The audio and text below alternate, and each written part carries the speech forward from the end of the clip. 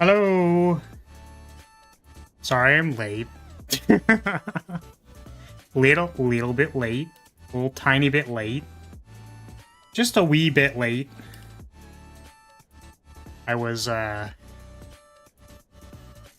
just doing the thing where I keep,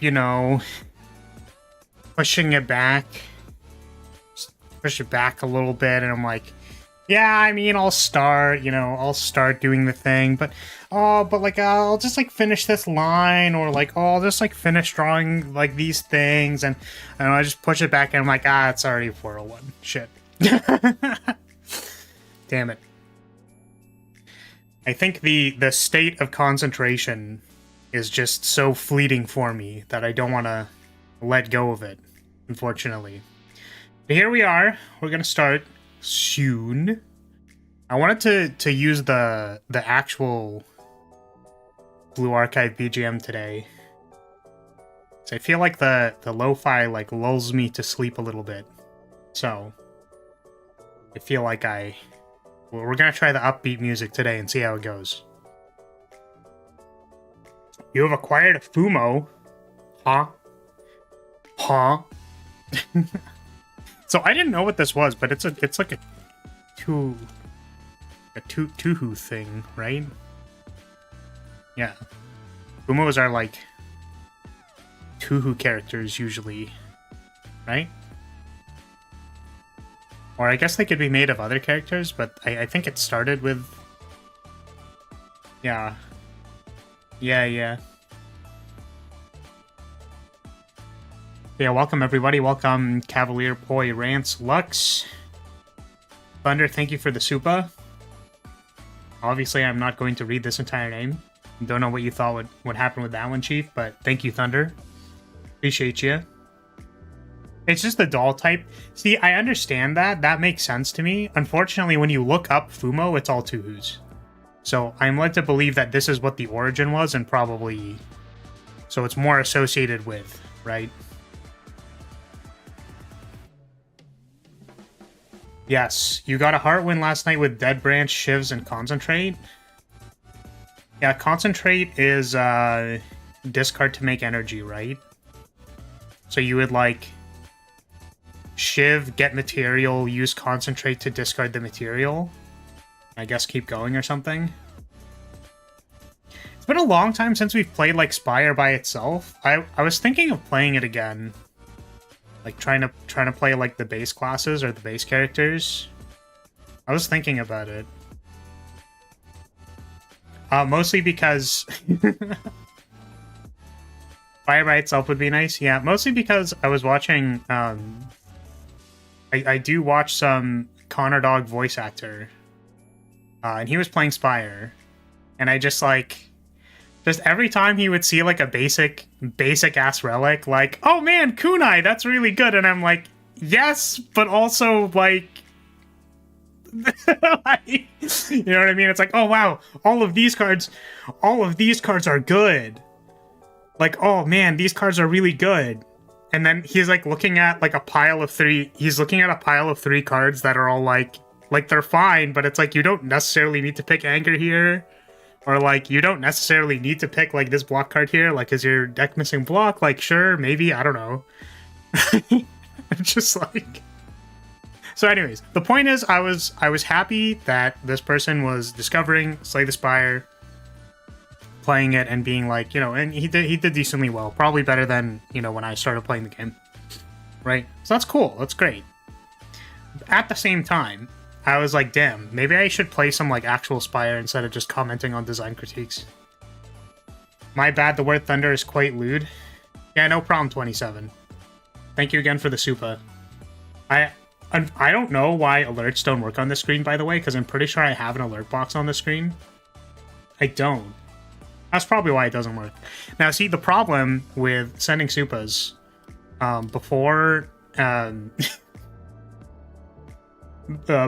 I get to the main screen is that they just like don't go to my MIDI feed, and they actually don't show up in Streamlabs either, which is really unfortunate. There's just like nothing in the events or queue or whatever. It just doesn't happen. Yeah, Incense Burner is kind of crazy. Goes real good. But yeah, so I was like, oh man, I like, what if I played some Spire? Maybe I'd want to play some Spire. Also, you know, I don't know when Spire 2, there was like, Spire 2 got announced at some point in time. I don't know when the beta for that is, but I'd be really interested in that. It's interesting because I look at the trajectory of like what I'd probably want to be live streaming, and it's kind of like, well, it's like I feel like I already know what I'm going to be playing for the next bit. You know what I mean? It's like Fire Emblem's probably going to take a while. I don't mind that Fire Emblem takes a while. I've been having a lot of fun with it, so I want to keep doing that. You know, Spire 2 is eventually going to come out, and then, like, we're going to have Spire 2 streams, and then it's probably going to be, like, Spire 2, like, I was interested in exploring, like, whether I wanted to do design, like, live. Yeah, Wilds is going to come out, so it's like, I already know what's happening for the next, like, year or so. Like, that's the trajectory. I already see it. I don't think I need anything else right now. So, in the meanwhile, it's like, do I want to pick up something in the meanwhile in order to, like, have something to play? Like, do I want to start a new playthrough, or do I want to just, like, chill and play some Spire? Because I feel like the schedules that have worked for me is, yeah, I feel like the schedules that have worked for me is kind of like, there's one game that's basically just a Zatsu stream. It's almost like the game doesn't matter, right? So that was Momodora. I really enjoyed the Momodora streams, not because Momodora was a particularly good game. Like, it was fine. I felt like the artwork was very pretty. You know, presumably it was a love letter to all the people who have played the games beforehand, so they could see all the characters that they cared about, like, and had attachment to. Great, awesome for them. I feel like overall, as an overarching experience or game, not the most compelling. The full hour Zatsu every stream was funny.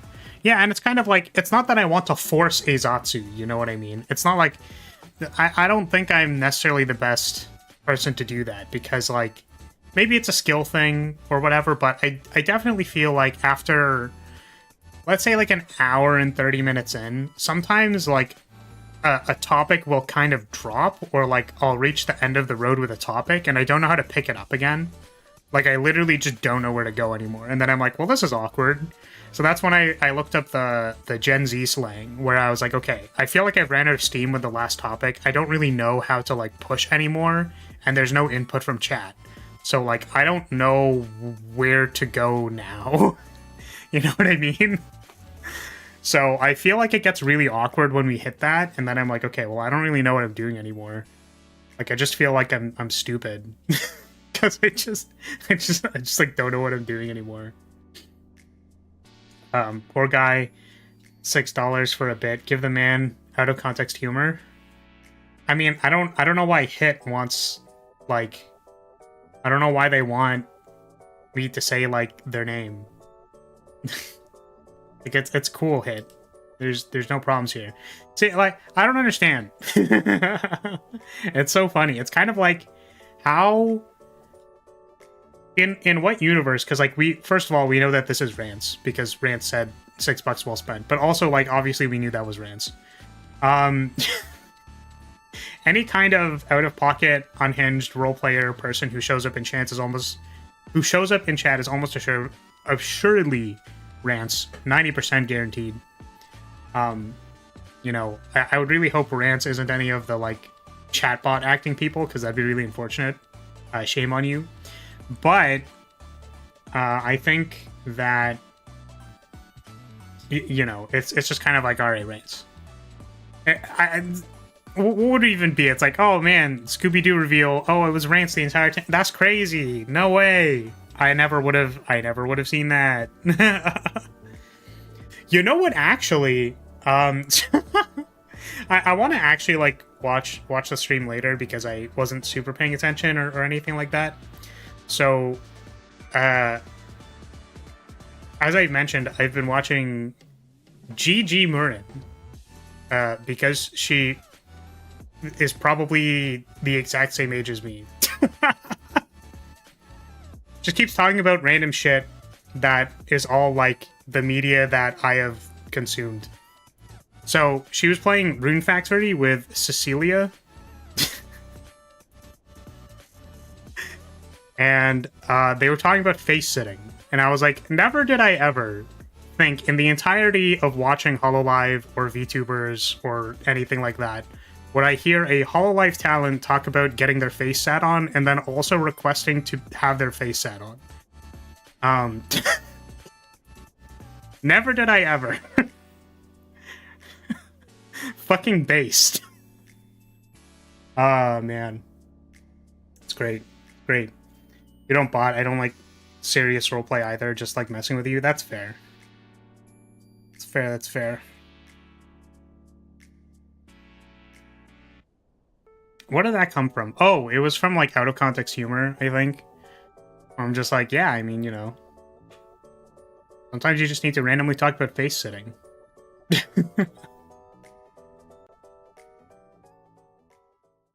Alright, have we sufficiently wasted enough time? Do I need to like actually do my job?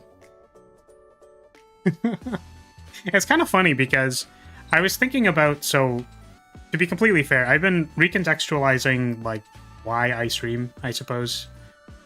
And then we're going to once again approach the time of the month, which has been significantly more frequent, I think, recently, which I apologize for if this is not the most exciting conversation to people, or you just don't want to hear about it or whatever.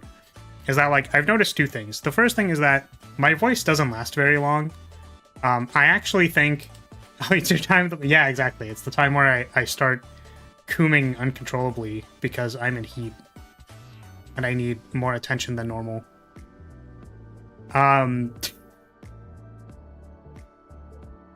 I've noticed, that my voice doesn't last very long. I think actually, like, unless there's a good chunk of downtime or I can, like, focus on not commentating or, like, rest my voice, I think my throat just, like gets strained.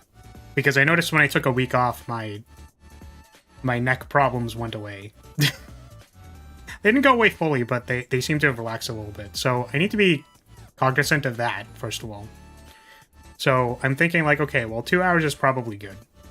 And then I can probably push it when I want to keep playing the game, but I need to be very cautious about yapping. And then there's the classic, like, okay, well, you know, I don't know where the greater trajectory of becoming famous is going, to be completely honest with you. I don't know when that's happening. Certified not the throat goat. Yeah, exactly. I don't know how people yap for like multiple hours at a time. Like, my jaw starts hurting and then like my throat like gets strained. And I drink water. I do have water. I make sure to hydrate and drink water. I don't think it's a water thing. Right? So I kind of was like, you know what? I think it's about time that I just fully embrace, you know, that this is going nowhere and I need to just enjoy my time. Right? So it's like, what were the original principles of why I was here? And, you know, I feel like I didn't fully accept those goalposts, principles, whatever. So I feel lucky whenever I go live that there are people here. I enjoy that I get to talk to different personalities, comment on things, share in interests, etc. Right? That's great. I like that. 1 second. And also that there is financial support. Thanks, Poi, by the way. Financial support for this thing that I'm doing, which I frequently try to reinvest into the thing. As in, I order artwork, which, by the way, I think like 3 Skeb requests went past their due date and then just like didn't deliver, which fucking sucks because I want to put new art on the schedules and I literally can't. You better get work on that 2-year Betsy. Yes, of course. Of course. You know me right now. I have been working on it for the entire year. It's going to be the best badge ever. You know me. I sure am. Yes. That 2-year badge sure is coming. Just like me right now. Coming. How's any of this watchable? Okay, so I was trying to think of like what is the distribution of stuff that I actually want to do. I think that Fire Emblem has been very fun. I think spending time playing Fire Emblem, both to comment on the story and also that, you know, to like play the silly characters that I've made, whatever, has been fun. I'm actually reconsidering whether I want to like stream the grinding portions just to like, you know, pad it out even more, to make it even more miserable and pad it out for you.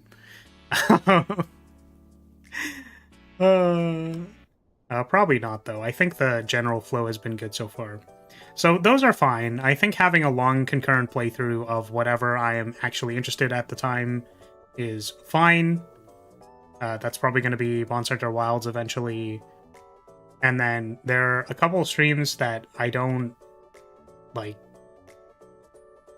I don't even really know how much I care about. It's kind of like, okay, do you care about the quality? Oh, fuck. Like, kind of. Obviously, I want people to choke to something that they feel like is valuable to them, for sure. But it's like, okay, well, I'm just gonna yap for 2 hours. Because I don't want to have to, like, feel pressured to play a game at the same time and then also yap and then like have that be a really good experience that people are like, oh man, that was the best experience ever. It's like, we're just hanging out, I don't care.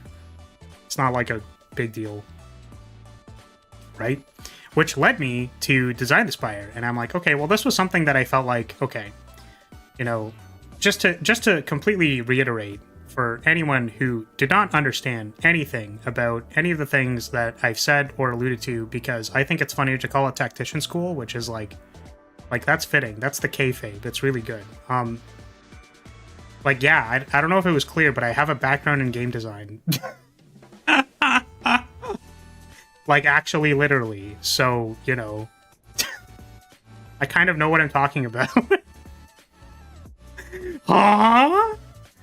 Yeah, that's insane, right? Since when? Yeah, I know. So, like, this is literally, this is a skill that I have. It's not perfect. I try not to have, like, some kind of crazy ego trip about it. But, like, I have some skills and some insights that other people would not have, simply by virtue of I have experience and education in the thing. I have frequently been told by my peers that I am rather keen and that I'm a pretty good team member. Interestingly, I try to posture that the role of game design is sort of like playing the support mage of the team, because like it's not really my place to judge whether or not the producer thinks that like the current vision of the game or the mechanics that they want are like dumb or smart or whatever. It's more like, okay, well, if they want a particular thing but they don't really know how to get there, like my job is to bridge the gap between their like fictional imaginary realm of perfectness and then actually make it playable. That's my job, right? I think I'm pretty confident in that. So the point of doing Design the Spire was just to say like, hey, you know, this is kind of what I do. It's not perfect all the time. But hey, let's like play a thing that's sort of fun. I like playing Slay the Spire. I think oftentimes the thing about mods is that, like, quite frankly, they're very poorly designed. As we've seen a number of times on Design the Spire, like, they're just bad. But the thing that I actually prefer more or care about, because obviously it's easy to be like, well, here are my qualifiers, you're not meeting them. Like, that's not difficult. I think the cool thing is when you can observe that someone, like, thought of something. They don't even necessarily need to be a game designer. It's just like, well, here's a cool thing that they did. It seems like they were solving this problem. They had some kind of logic for, again, solving that problem or having this, like, gameplay put together. And that's really cool. Like, I admire that. Because I don't think that game design is some, like, sacred, like, no one understands it, like, ethereal thing. I think people have a good sense, right? So when you have someone who's thought about it, and then kind of put that into practice with some degree of logic. Maybe it's not perfect, but also like you can observe that there was what's called design intent, which is that they wanted these things to work together, and then they used some kind of mechanic, methodology, balancing principle of game design to make that work. I thought that was an interesting concept, but the purpose of doing it, in my opinion, wasn't to like go on an ego trip and tell people how awesome I am at game design and how everyone else's mods are bad, right? My purpose was actually that I thought I can offer an interesting perspective that will bring value to an audience, and that it will grow my audience of people who are interested in particularly game design related things. That hasn't necessarily happened.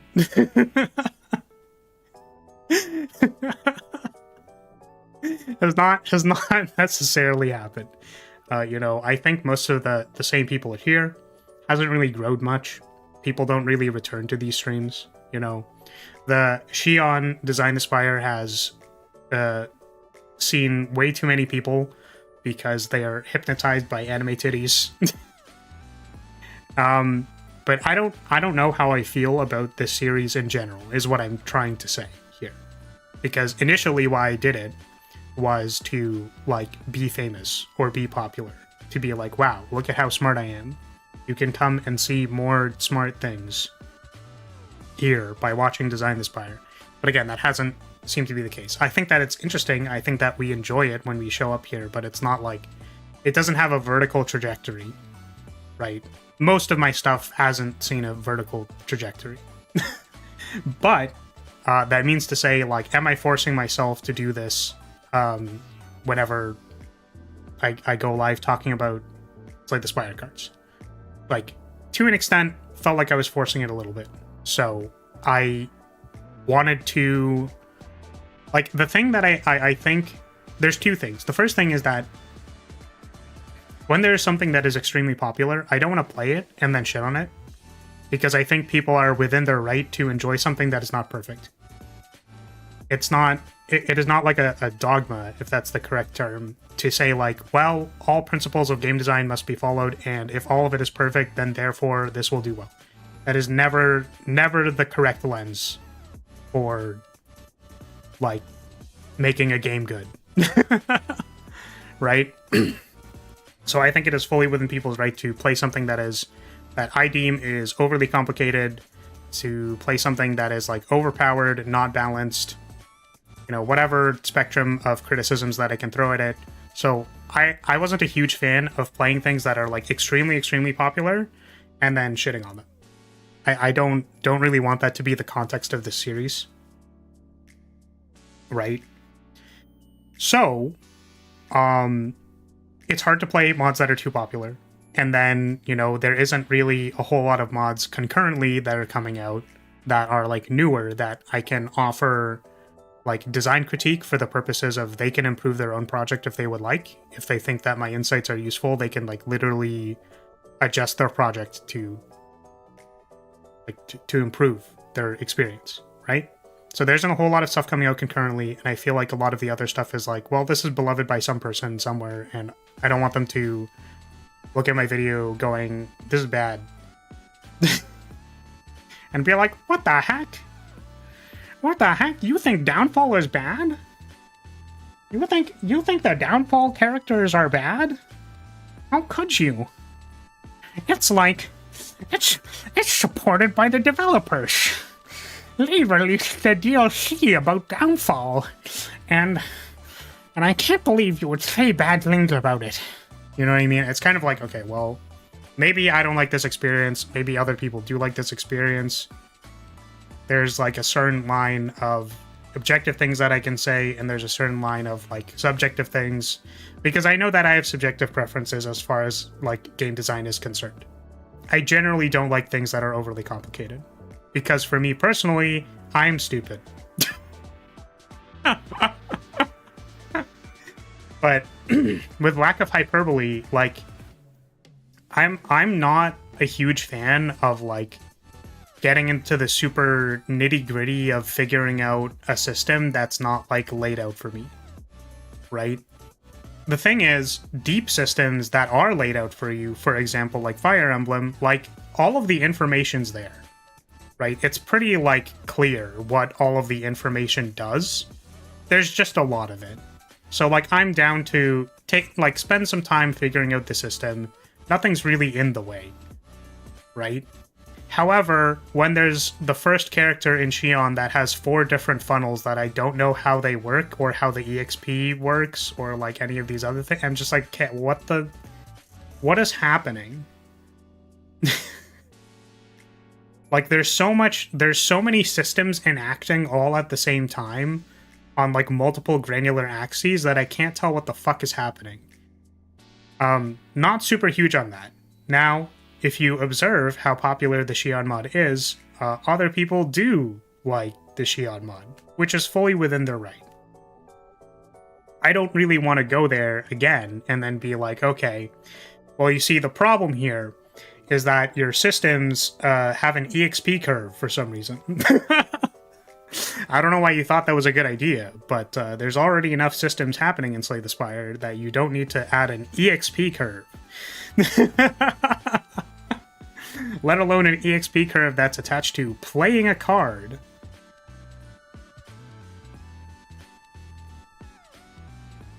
Now the question is, do they like it for the gameplay? Yeah, I kind of wonder. It's possible that some people do like it for the gameplay. Maybe. Who knows? I don't want to fully undermine the experience that the person has created, because again, it looks like, once again, there's a lot of time they put into it. I think that there is value there, and I think that people have resonated with that experience. But yeah, I definitely think that a greater majority or percentage of people who clicked on the Xion thumbnail definitely saw anime titties and then were like, like, ooga booga. Here, let me just check something real quick. So, if I go to the Xion Design the Spire Xion right now, and I go to Reach, this has 4.8k impressions with a 4.2% impressions click-through rate, which means that 4% of the people who were shown the thumbnail clicked into it. The amount of people who have found this video through browse features, external or otherwise, accounts for approximately it's over half. 57 plus 18, 57, so 67 plus 8, 75. 75% of the people who found this have, like, literally just been finding it through browsing or whatever, right? And then there is 2%, like 3% of the people who have, like, found or looked at or clicked on the video for this mod. 3% of the total views, which is of 3% of 560, like, clicked on it because it was the Xion mod, because they, like, looked for gameplay of the Xion mod, found the thing, and then clicked on it, right? I think the only reason I really got on this tangent was that, like, I think the Xion mod is, like, extremely popular, and like, it's possible that some people were looking for, like, VTuber gameplay of this mod and then found my video. Not that there was any particular negative reception to it, I don't think. Can I see the dislikes on it? I mean, yeah, I can. I'm just wondering if I can, like, find the video and then look at the dislikes. Because I can't see it from here, so I have to find it here. Shit. Why would it take me into the thing? I just want to see it. Oh my god. Xion.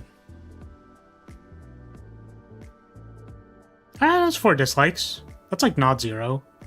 As opposed to, like, other things that have 0 dislikes, or maybe 1 or 2.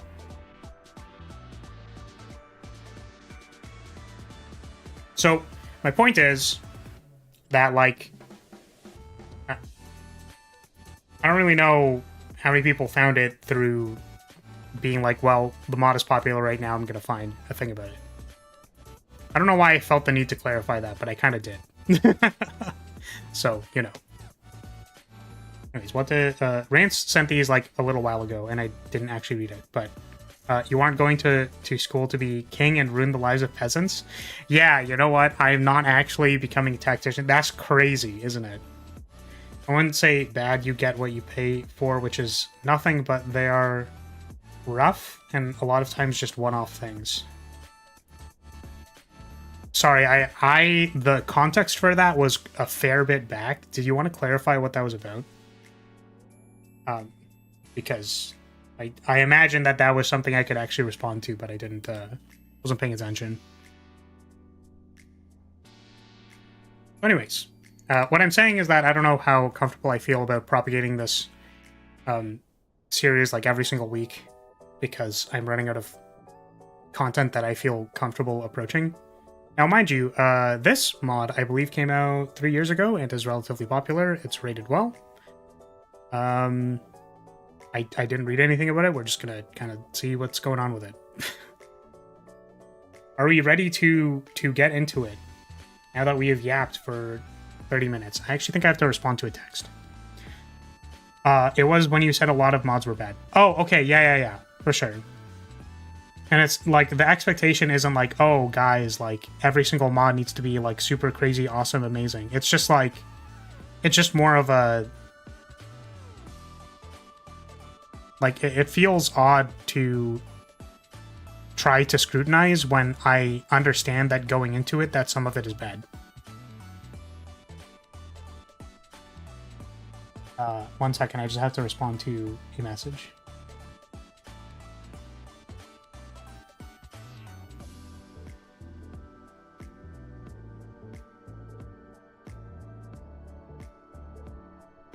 Does that all make sense? Does that all track? Does that all track with everybody? Does it make sense that I'm communicating that I hate all of you and he hates us? Ah, crying. I can't believe Lyris hates us. What? I wasn't. Oh my fucking god! I can't believe it. Unbelievable.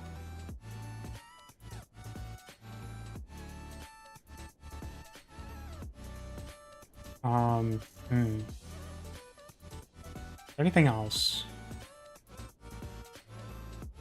So I'm responding to potential dinner plans. Okay. So, that being said, we have Spire to design about. We have the spiring design.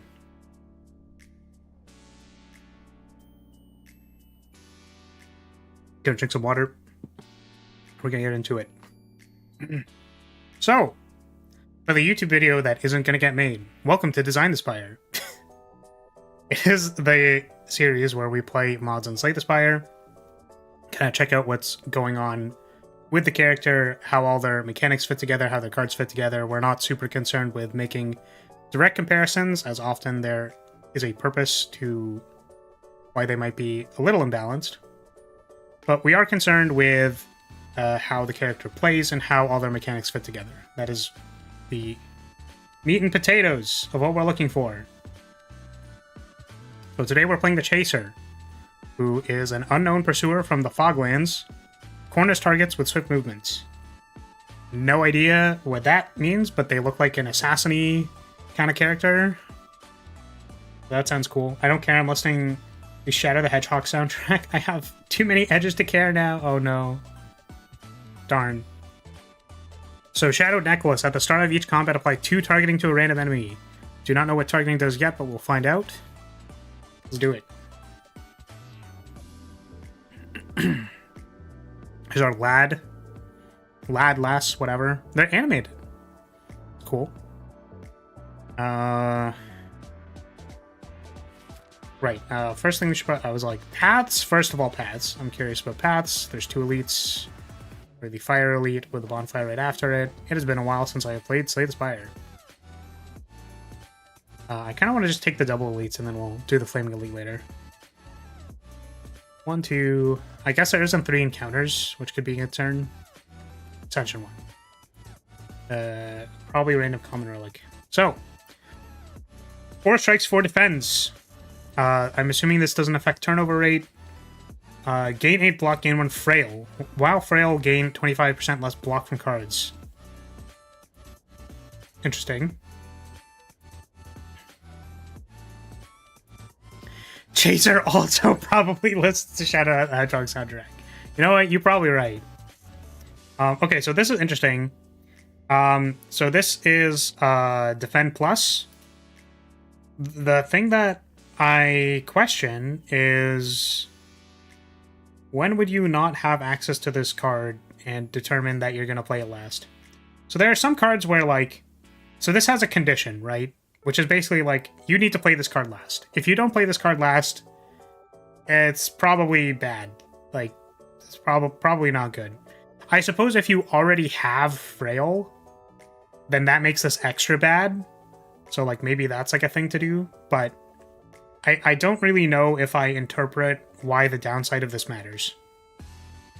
Because there's the discard card for Silent, the, like, block then discard. But the purpose of that card is to enable your discard synergies, where often it's really easy to discard, like, to discard and it doesn't matter. Like, it's a cost, but it's not really a cost.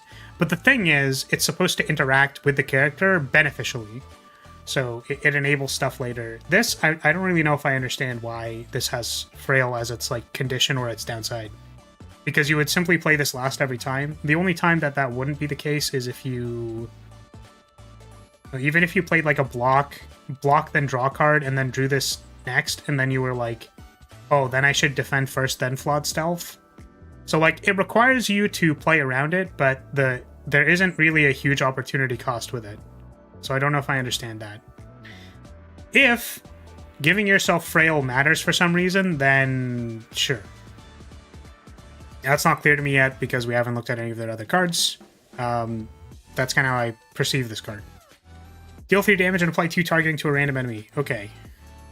After player or monster attacks, all creatures with targeting take 2 damage. Interesting. So you give people, what's it called?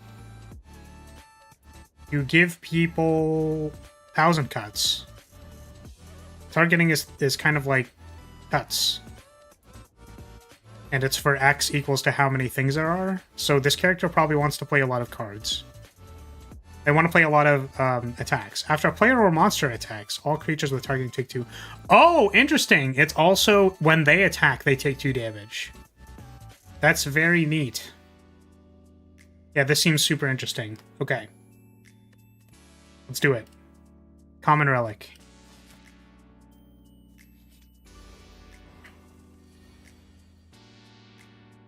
I assume it wears off at the end of turn, since it seems very good to just give all your attacks plus 2 damage forever. That is fair. So let's find out.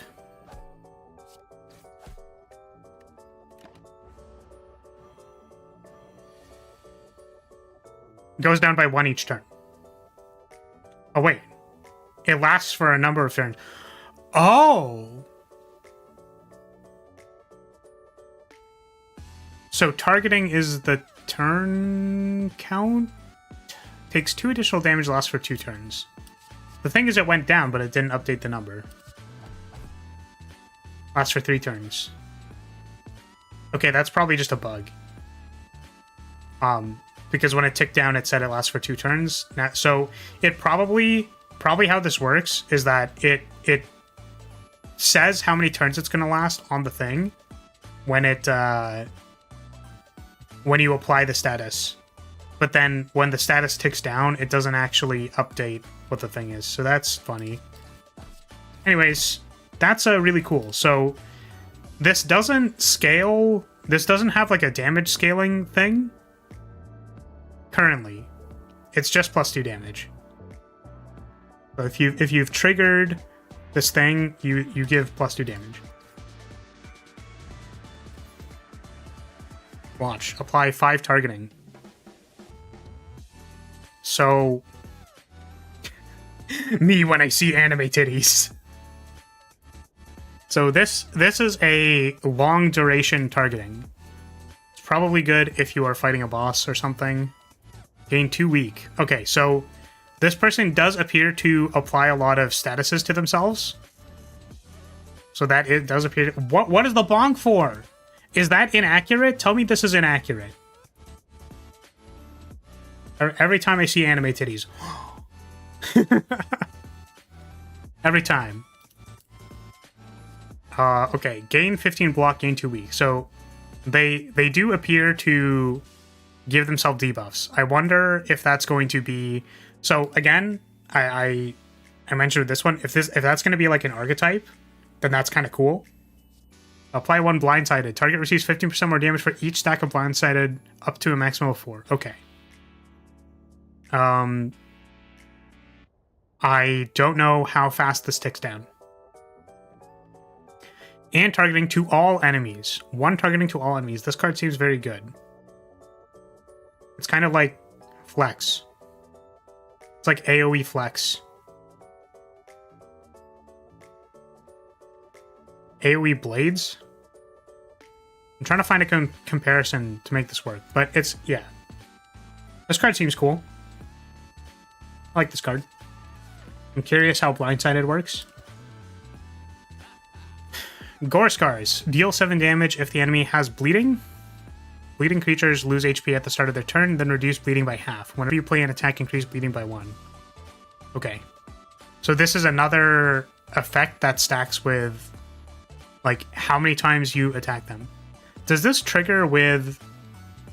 I'm curious if this triggers with, like, how many times you attack, or if it stacks with multi-attacks. Well, I guess it says whenever you play an attack, but I know that wording can be ambiguous sometimes. Deal 5 damage if the enemy has blindsided, gain energy, and draw 1 card. Okay, interesting.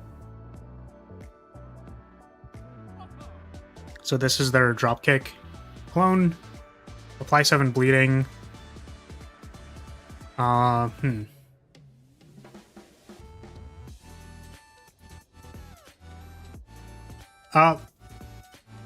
fast does poison tick down?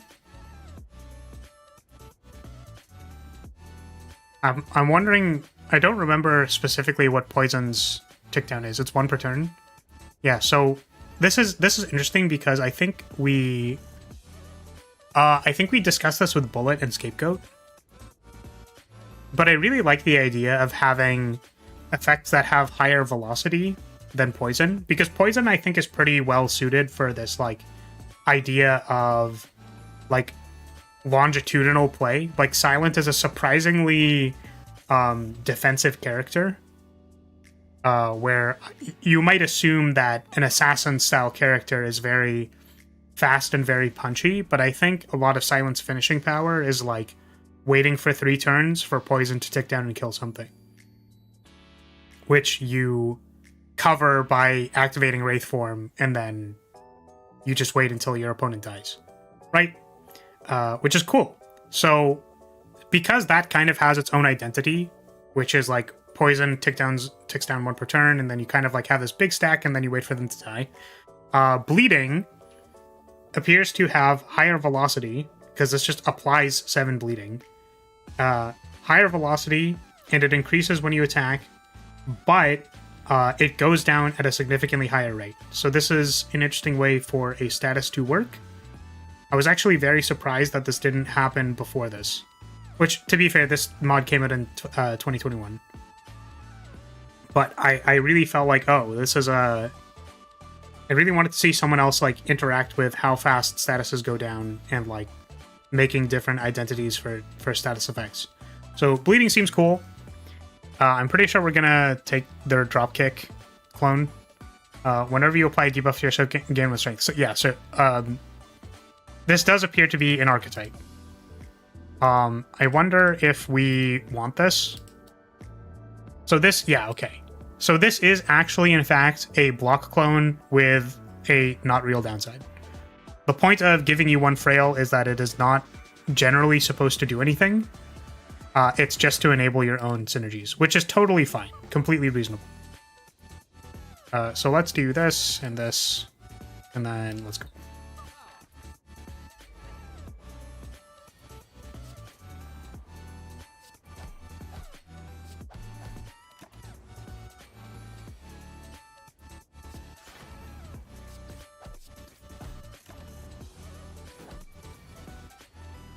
Yeah, targeting is just like very satisfying. The chaser effect from blades or 1,000 blades, 1,000 cuts, whatever, is just like, it's just nice. It just feels so good. It's a good feeling. Deal 2 damage twice.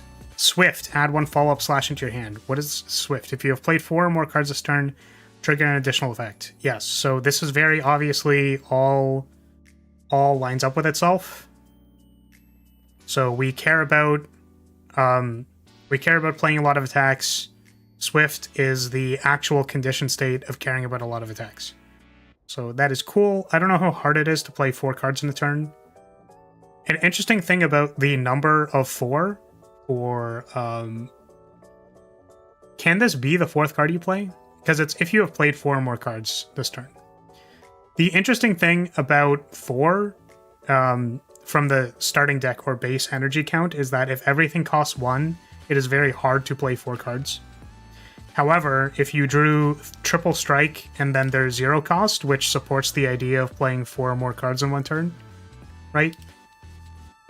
If you played triple strike and then that, and then you had this card, then it would work, right? And also presumably, this character needs ways to draw cards or produce material, and then playing like some setup cards or something like this, right? At the start of your next turn, draw 2 less cards. Yeah, so this is like, we're going to play a lot of cards now, and then trigger Swift, and then do a big combo turn, right? This is more akin to how you would expect Silent to play if you pick only Shivs, right? And you interact a lot more with the drawing and discarding and playing a lot of Shivs and stuff, right? Except it's a lot more focused on specifically like playing the cards and triggering like targeting. So this all fits together. It's very cool. It's very simple, but it's like nice. Seems easy to trigger, assuming the card count itself as the 4th. Yeah, so that I don't know yet. If the 4th card can be this card and then you get the Swift trigger, then I would say that this is very, very easy to trigger, and I would say that there isn't a lot of opportunity cost.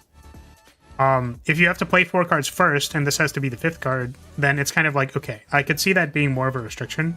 It is a common, so maybe Swift is actually just the 4th card you play. Let's try it and find out. But gain 8 block, trigger bleeding once on all enemies affected by bleeding. So that's really cool. This lets you just like pop bleeding immediately at the start of their turn. Yeah, so if there was like a double bleed proc that would actually end up killing something, then this progressed them towards that. This is kind of similar to, I guess, because this does block and then does damage. So you'd go like, oh, maybe this is like similar to in function to Iron Wave. But it's just a cool card. I don't know about take initiative. Drawing 2 less cards is like really, really hard. If there's anything that I learned about designing Flagbearer, it's that like drawing less cards next turn is terrible. It's so bad. It's not like the payoff for Swift, swifting it is a broken card, so it seems more like a restriction to not allow it in decks with a lot of high costs. Sure. I can agree with that. So like if you were playing 2s or 3s, and then like maybe you have 4 energy and you play 2 2s, and then that's not playing 4 cards, I could see that. My only observation about Swift that I thought in theory could be cool, again, unsure if it is the case, but if the point is that Swift needs to be the 5th card played, that you kind of have the initial restriction of 3 energy at the start, and you need to like pick cards that cost 0. You know what I mean? 0 mana, 6 damage, likely 10, scaling, triple with strength. Not bad, but not broken. Yeah, it's like triple scales with strength, but also triggers targeting twice, which I guess is like +2 strength to both of them. Right? Or that's 2x scaling with targeting. So, I don't know.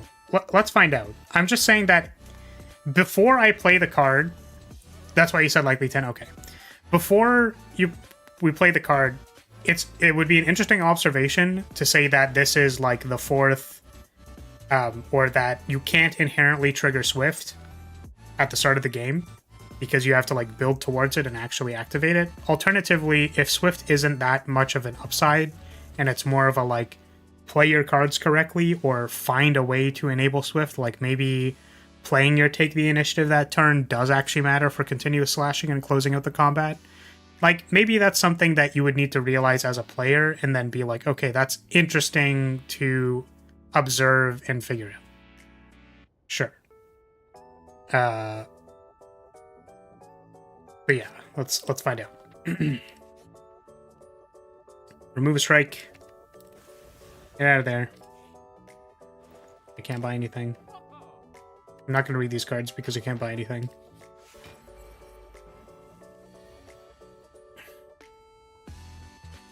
Okay. We have drawn all of the things forever.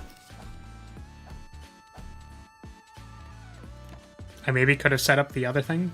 Okay, and that goes away at 1 per turn. Let's find out. So if this is just amount of cards played. So 1, 2, 3. That did 1, 2, 2. 2 was from targeting and then 2 was from continuous slash. Yeah, so yeah, it needs to be your 5th card. The condition is to play 4 cards. Which is neat, because you have to enable it. I imagine when this character gets going, they play quite a bit of cards. So that's not super surprising to me.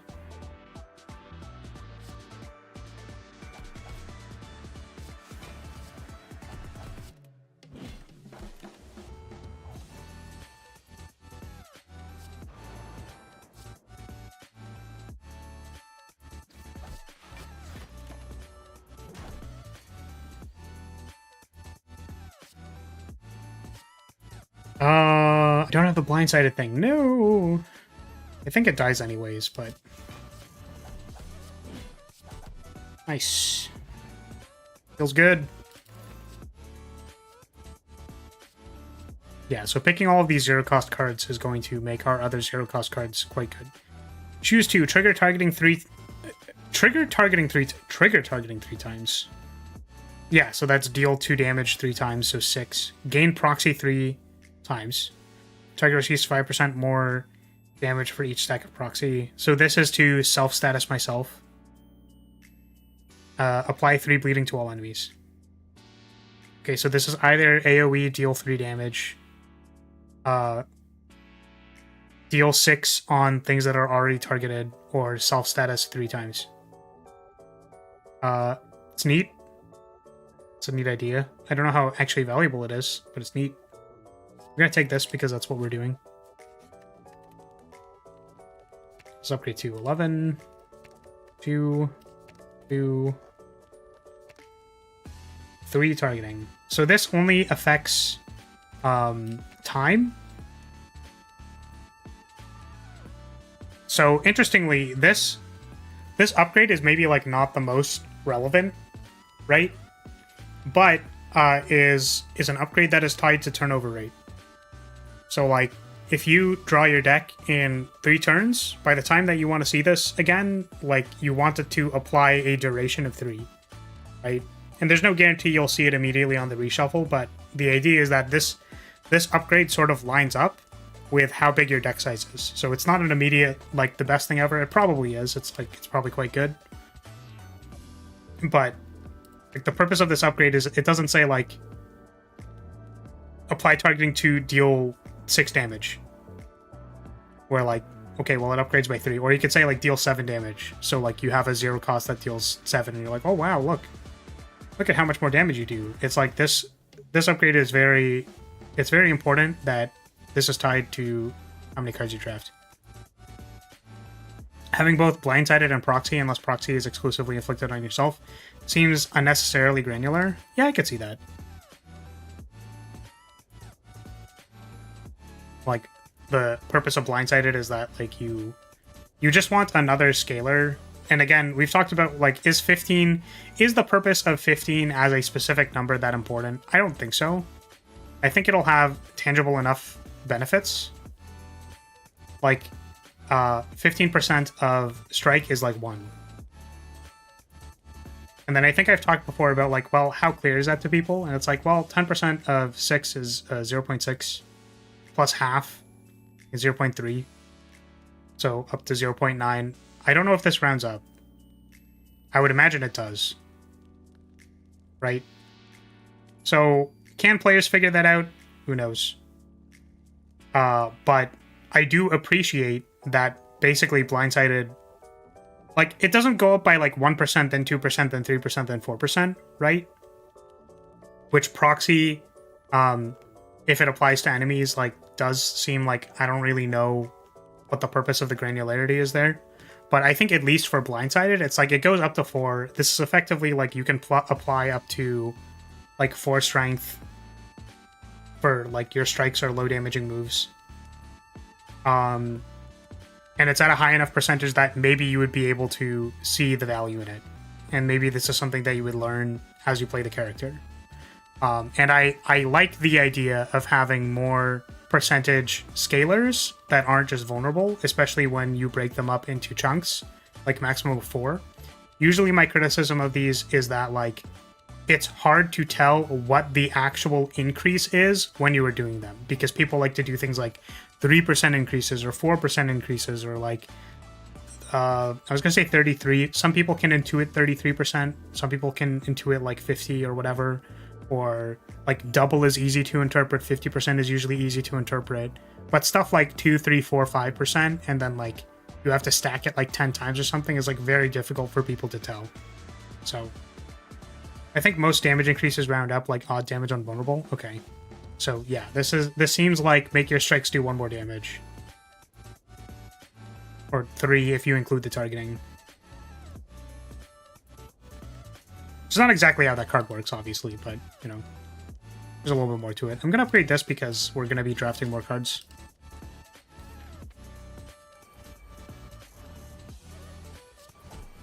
Damn it. Damn it. I guess I could have done it that way.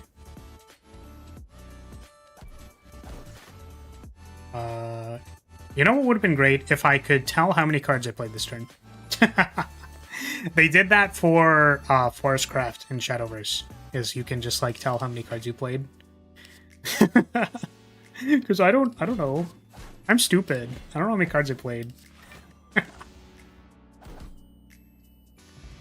Was it enough? Yes. KNA block, trigger targeting 2 times. So this is another one that is like trigger the status effect on them. So there was the one that triggers the status effect bleed, and this one triggers targeting.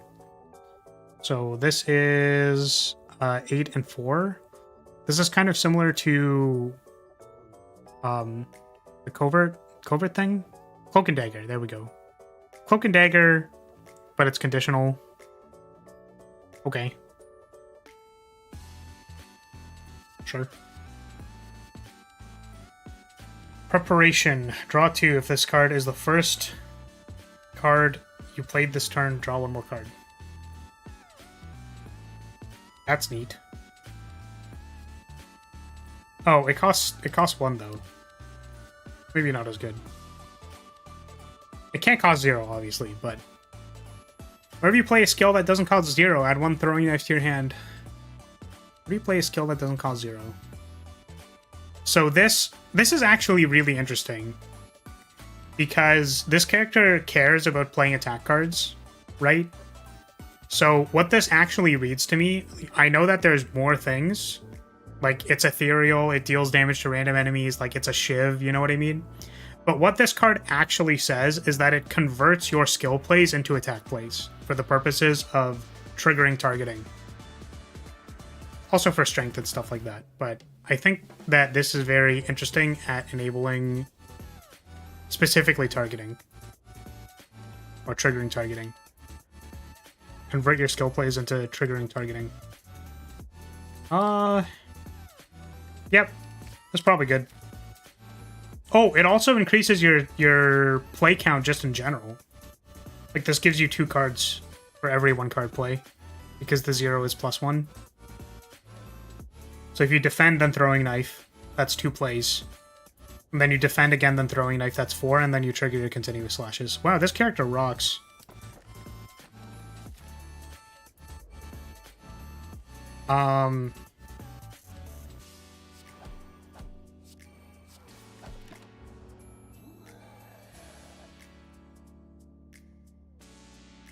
So we can't trigger this thing this turn. Do we play cards?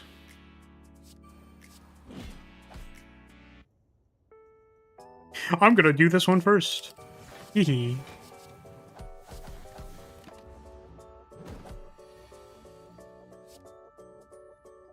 One, 2, 3, 4, continuous slash. Yeah, I mean, we do kind of an insane amount of damage.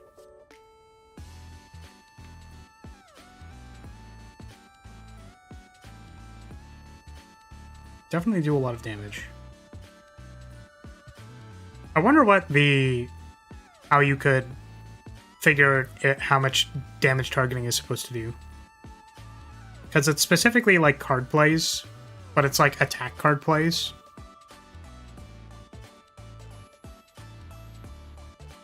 We have 15 cards. We have 9 mana per turnover. I guess 13. That's still 3, 9 energy. 1, 2, 3, 4. I guess if we played this, 1, 2, 3, 4, 5, 6, 7. Wait, 1, 2, 3, 4, 5, 6, 7, 8, 9. We do have 9 energy worth of stuff that we can play over 3 turns, which means that we have like 9 card plays worth of attacks plus these is 11 card plays worth of attacks. We get like 22 damage out of targeting every turnover. I don't know if that number is high or not. That's also contingent on us playing this. But from specifically targeting on anything, which is a debuff that we have to maintain, it's like plus 22 damage to our deck every turnover. I'm sure there's a way to double check that. It's like how much damage do like orbs do over 3 turns? You know, if you channel 3 lightning orbs, how much damage does lightning orbs do?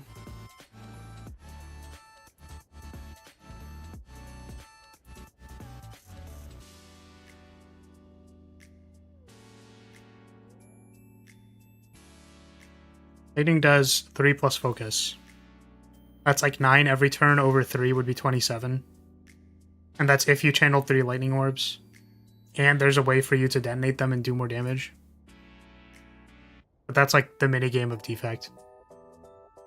Because I basically treat targeting as if it's like completely passive damage because you're going to be doing it anyways, right? Like targeting almost feels like it's always going to be active if you are playing this character like with moderate competency and like using your reactive shot.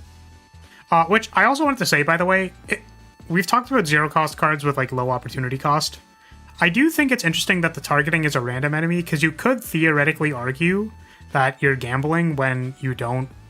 Like, there could be a scenario where you want to kill the one thing and then apply the targeting to the other thing that doesn't get killed, but then like you kind of botch your attack plays for that turn. So you can risk reactive shotting early to try and get the targeting on the thing that doesn't have targeting and then like AoE chunking them down.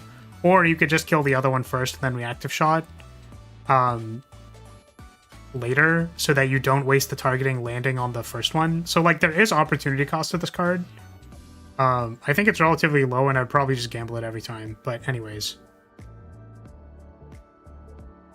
The random targeting does actually kind of matter on this a little bit. It's not that high, but a little bit. Got with a surprise, we were pulling you away from whatever you're doing for 2.5 to 3 hours. I'm going to be super in and out of the stream. Oh, that's okay. It's unfortunate, but, you know, it's just little old me.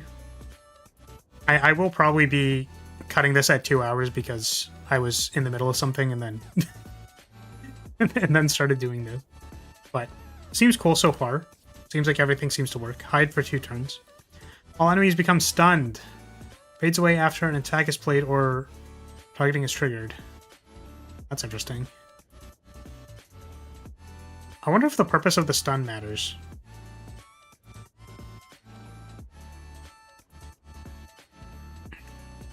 Because there's like another way I could see this being written, which is like hide instead. So by stunning something, it means this interacts with artifact. But the thing is, like, would this just work if you like froze the intent of everything? Like, does it matter that this card interacts with artifact? You could say that that's a downside, but is it kind of okay that this doesn't need to interact with artifact and you just kind of like you get to hide because it's a 3 energy skill? It can be double time walk potentially if you're setting up, which is probably pretty good. I'd say that this card's pretty good, and I think it interacting with artifact is probably good for keeping the card in check. Probably. But I was just thinking about the concept of like hiding in general. Like hiding doesn't have to do with your opponents being stunned, right? It's that they can't interact with you. So I feel like if there was another... I'm sorry we interrupted your gooning session. What? Yes, I was gooning before stream. That's correct. I was in fact gooning. You know me, when I'm drawing the base body of anything, I'm just like straight gooning. I'm like, yes. Yes, the little bit of tissue connecting the pelvis to the thigh, like, oh man. I'm just out here gooning.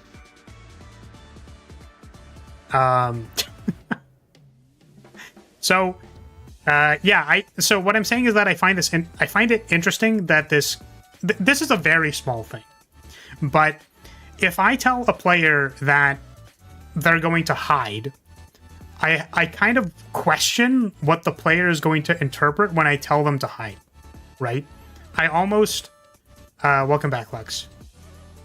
What I interpret as a player when I tell them to hide is that like they're gonna disappear. You know what I mean? Like I interpret that I'm not interacting with another person, I'm affecting myself, right? So I find it weird that the keyword hide has to do with stunning the enemy. I feel like the purpose of hiding for 2 turns and that it being this like temporary stun or whatever, like I think that that's an interesting way to have coded it to make it work, and also ultimately that I think stunning for 2 turns should interact with artifact. Like that makes sense to me. I just think that this the keyword hide is strange. I would almost say that this functions more like flashbang, where like you stun them for 2 turns. Like this card could be called flashbang, and the keyword is blinded. And then like when you attack somebody, they become unblinded because you kind of like stir them out of their blindness, right? Very, very minor thing. I think that ultimately this doesn't change the function of it, but like you can think about what affirmative verbs am I giving people, like literally on the text of the card. I have done rewording things for people before, right? Because it's literally just like what can you interpret from the English, like literally whatever language you're writing in, like what can you interpret from that thing about what the player will afford the verb? Like, what will the player think about? Like, if I wasn't thinking about this card too much, and I was like, okay, great, I'm going to go hide for 2 turns from the Ancient Guardian, or whatever. Not Ancient Guardian, what's it called? Automaton. Like, oh, I'm going to hide from the Automaton for 2 turns, and then it gets blocked by stun. And I'm like, wait, what? But I thought I was hiding. Like, I'm affecting myself, right? Like, why? That doesn't matter for the... Like, why does hiding matter for the other person? And the answer is you have to read the text. Which most intelligent players will read the text. It's just a bit of a mismatch of the wording and like the affordance that you would actually give the keyword. It seems mediocre, but not even terrible in a fast deck like yours, and incredible in a deck that wants to set up. So I think being nerfed by being stopped by artifact is fine. Yeah, I think this interacting with artifact makes sense. Just the keyword is strange to me. Very hyped for Wild's Gunlance. Even watching the trailer at 4 a.m. with insomnia keeping me up, I got so excited watching it for the first time. Yeah, I watched some gameplay of Wild's. It was like someone from Team Darkside was playing, like just a hunt in Wilds. It looked really good. I'm very excited. There's something about like the world feel, like everything's like a little bit like structured around you. Like it doesn't feel like blank space. Rise felt a little bit like there was blank space in a lot of places, so like I'm really excited. It feels like Monster Hunter World. But yeah, back to this. Deal 3 damage, add 1 sequence flow. Ethereal deal 2 damage. So this is another 0 cost that turns into 2 cards. Swift deal 2 damage 2 times. This is probably what we're looking for. Apply 1 blindsided. This character has a lot of 0 cost attacks. Which is interesting because they certainly don't do a lot of damage. I think it's interesting that this character doesn't have, like, they have 0 cost cards, right? And then you go like, okay, well, if I just pick a bunch of 0 cost cards, then I just get to play everything for free and nothing matters, right?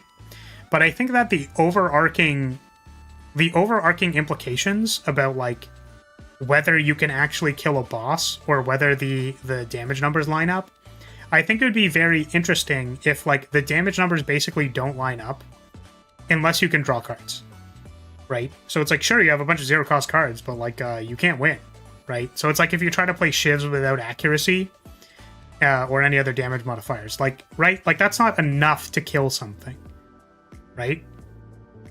Yeah, Unceasing Top would also work. Welcome, Vena. So in a similar vein, right, I think that the mitigating factor for this character having so many 0 cost attacks is that the scarce resource is card draw, which is fascinating.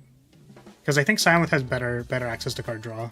Because they have discard and draw and stuff like that. They have more selection and velocity. Hide implies no damage taken or given to me. Yeah, exactly. I feel like there's a mismatch here. Lux, you might be behind a little bit. I'm going to pick this. It's an interesting way to balance that the scarce resources card draw here.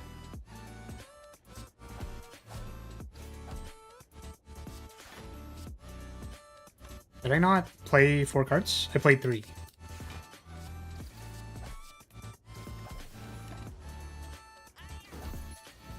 Unceasing Top when literally any status walks in. Oh my god! It's Lightning Helix! Oh shit. No! Definitely having a card count would have been nice, by the way. Just, like, simple UX thing. You know what's so interesting about this card? Is that, like, let's say the mitigating factor for playing a bunch of 0 cost cards is having card draw. Like, you do need to piece together the card draw and the 0 cost cards to have enough velocity to actually kill something. The fact that this says draw 2 less cards next turn is just, like, so bad. This card is so bad for this character. Like, it's so unbelievably bad. Inertial Strike. Deal 7 damage, deals additional damage equal to the amount of cards played this turn. So this is +1 per card played. That is, honestly kind of bad. This is not nearly as good as Combo Finisher.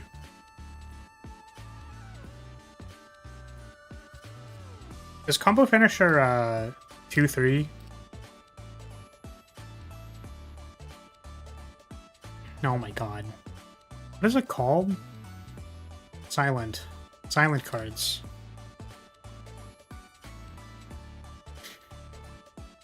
Oh, is it just called Finisher? Finisher. 6. Deal 6 damage for each attack played this turn. Yeah, I feel like the scalar of like 1 per card play is like super low. Incredibly low. Like, that is way too low to be reasonable. You're frail, triple the amount of block gained. Okay, so specifically giving yourself frail is important. It's interesting how this interacts with just getting frail by default, but weird synergy with specifically flawed stealth.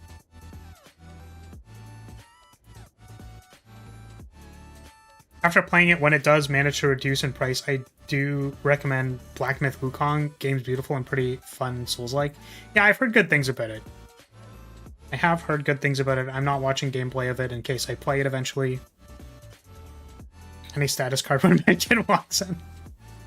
I think I'm gonna pick a block card just so I have a block card. Let's upgrade something. I want this to not cost 2. Because we care about card plays on this character. So high cost cards are actually miserable.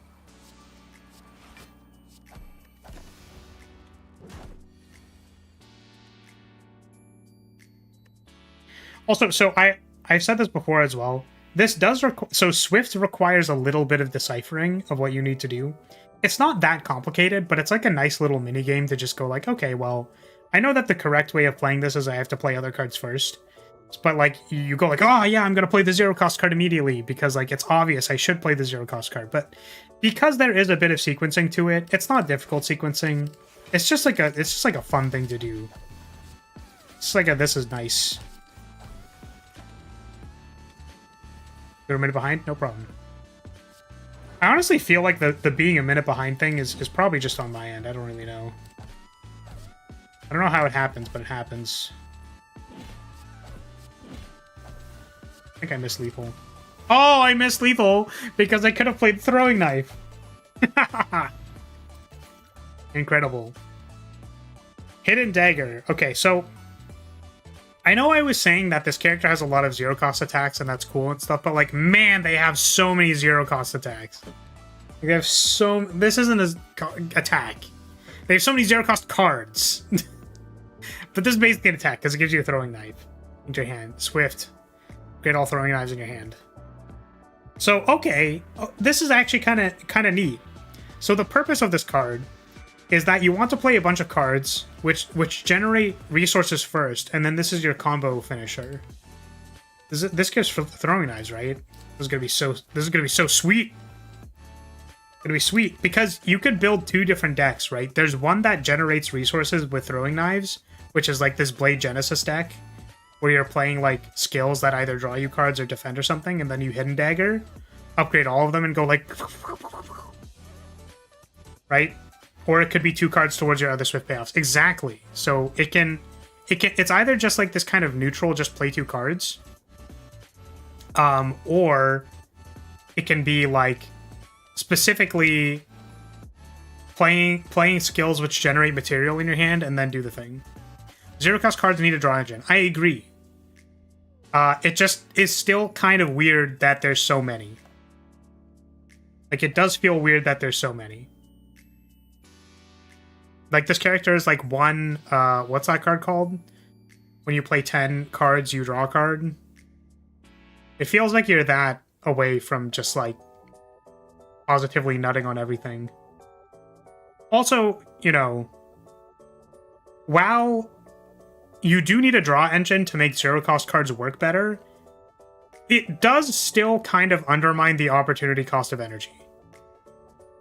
The thing I actually really like to do on characters like this, which sometimes works and sometimes doesn't work, is you have cards like the you get energy next turn, like it's not dropkick. Flying Knee, is that the one? You have cards that are technically free, but you get the resource later. So that you can't just like, you still need to think about the opportunity cost. Ink bottle. You still have to think about the opportunity cost of using the energy this turn as opposed to doing something else.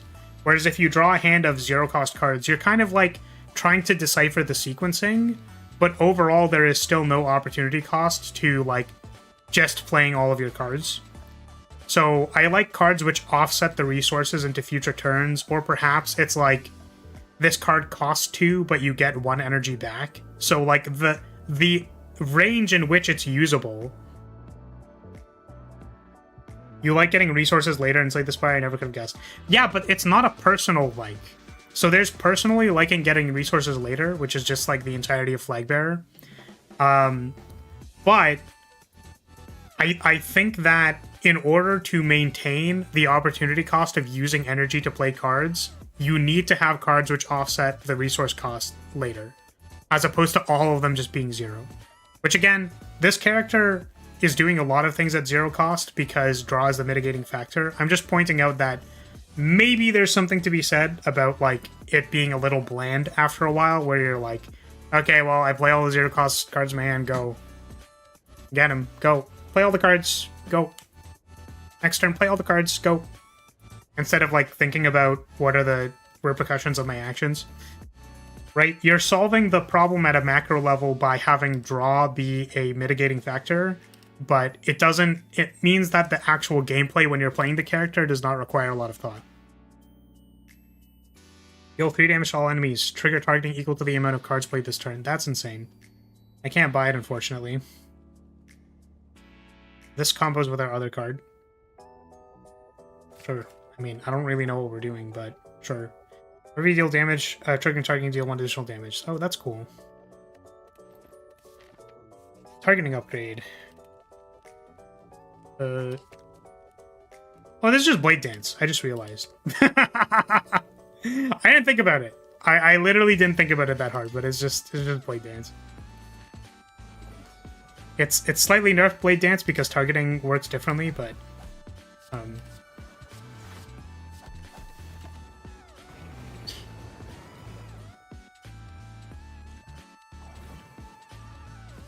Spectre form. At the start of your turn, increase damage dealt by triggering targeting by 2.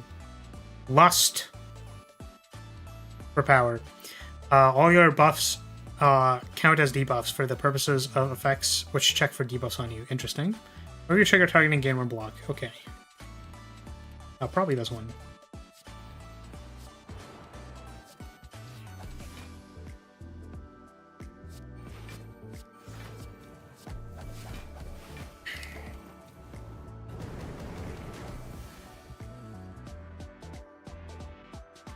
We don't have the thing. No! No!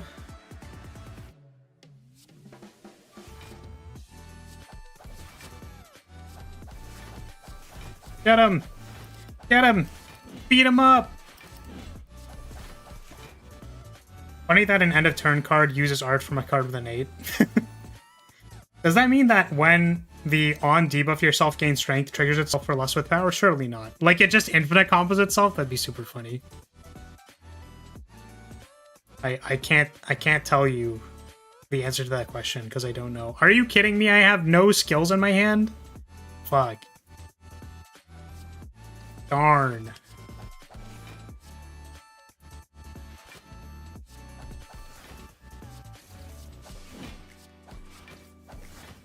Play all of the cards. Play all the cards, go.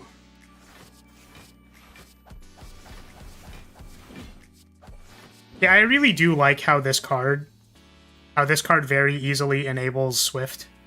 Because it's literally like, okay, 1 defend becomes 2 card plays, and then even if you like did 1 defend, then like strike, or any other 2-cost cards, like, you can usually have Swift available for your 0-cost combo finishers. Like, you only really need like 1 skill. Right? 1, 2, 3. Then like any other card 4. And you draw 5 cards. Like that's really... That should be easy.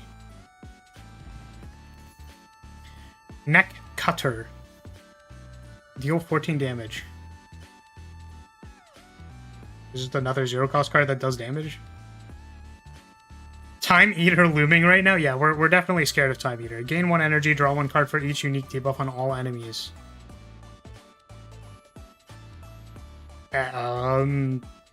Okay, so this is usually at least 1 with targeting, and then I guess you have... This is interesting because you have all the other things like Blindsided and Bleed. Whenever you play an attack, gain 1 temporary strength. Well, I think we know what we're doing with that. After target is triggered for the 4th time each turn, gain 1 energy. Ah, this overlaps with Swift. So if you were trying to have Swift work, but you have like a 1-cost Swift card, then like this would give you the extra energy to play the next card. That's really interesting. Pretty sure we're gonna take the non-conditional one, but this is cool. This is very cool. I like this a lot.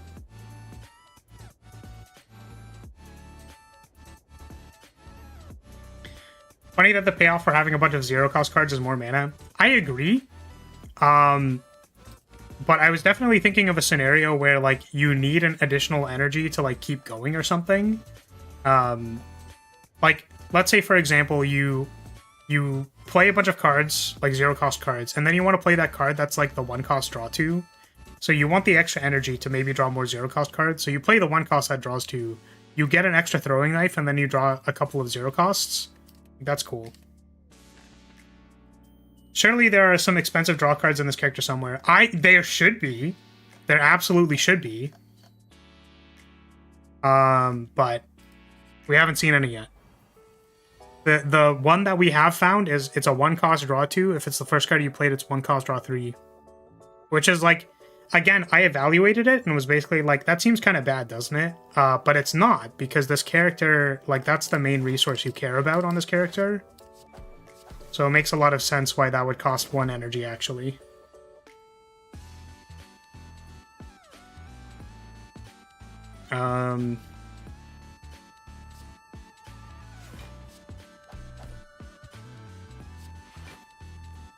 My brain hurts. How do I play this game?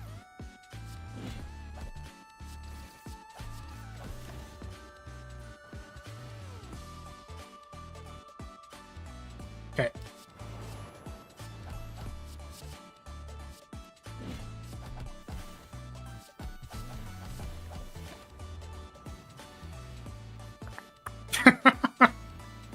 Fuck! Come on! I guess I can play it still. I don't know how important it is. I just need to draw a strike. Single strike. Okay, well, I mean... I really feel like we need card draw. I think we have enough 0-cost attacks. We just need some fucking card draw.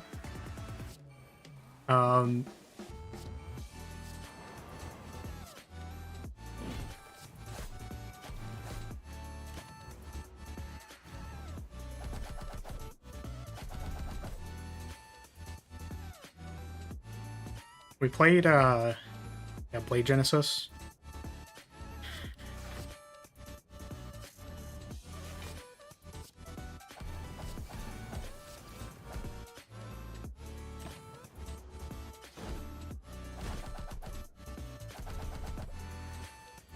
Darn. The bird died last.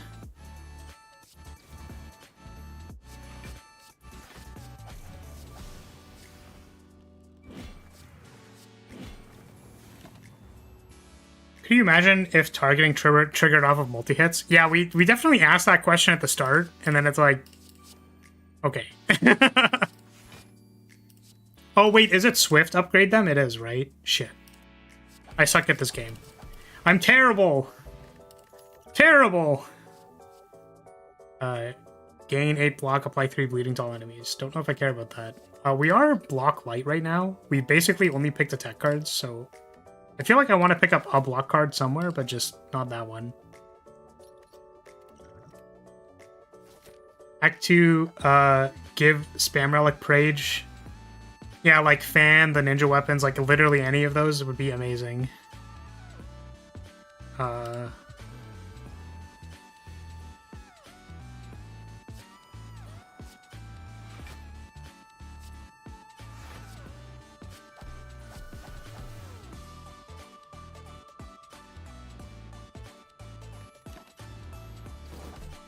Grab him, bear!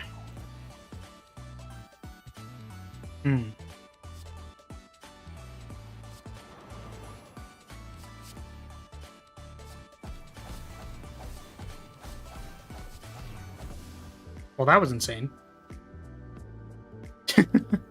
That felt cool as hell.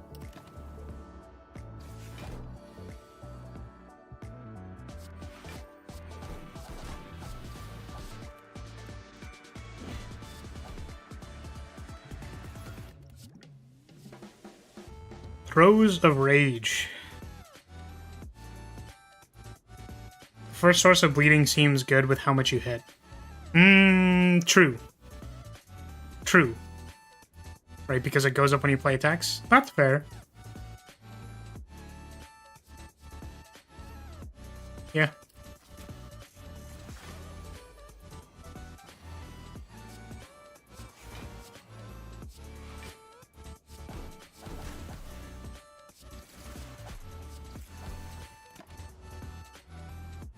What's blindsided? Plus 15% damage per stack. It can stack up to 4 times. Which we determined is, like, it's nice that blindsided at least gives you... Oh, it actually didn't, I think. It was interpreted that blindside is supposed to at least give you +1 damage on strikes, but that doesn't appear to be the case. Which also works with vulnerable? I believe so.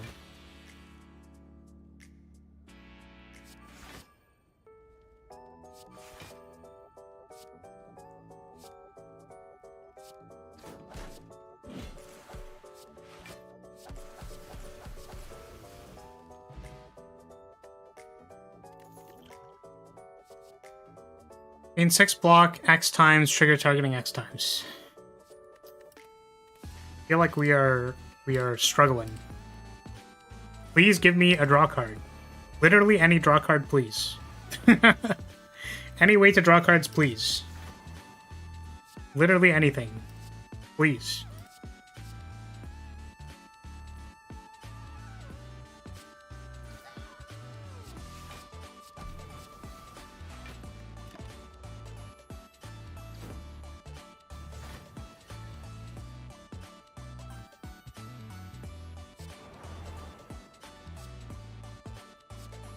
So we have 1 targeting on this guy. I think this is the time where we actually need to kill this guy first, hopefully. Or we could just randomly not roll the guy to kill every time, you know, that's possible too.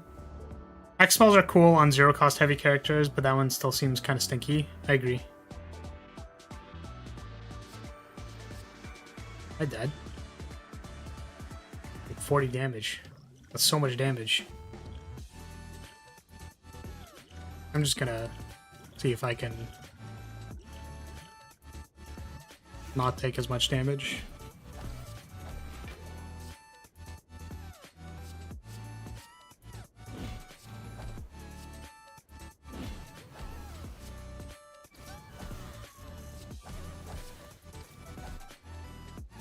Okay.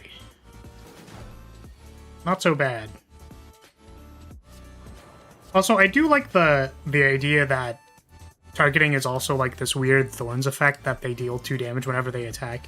I don't know how good that is or how much it like affects number scaling, but it feels like one of those things where in the early game it probably helps you just like have a little bit of extra damage as the turns pass on, like 6 more damage to things over the course of like a longer fight, like 3 turns, 6 damage, like that might help you hit breakpoints on just like mob clearing. If you're weak, deal triple damage. So specifically giving weak to yourself. Oh, weak, not frail. Okay. Still looking for a card draw. Unceasing top is card draw. Boot is not card draw. Alright, so anyways, I started topping. I don't think I can play all of these cards, though. It's too bad.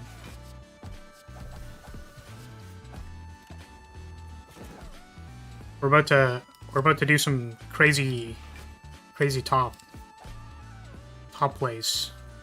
I didn't do the math. Math is for people who can do math.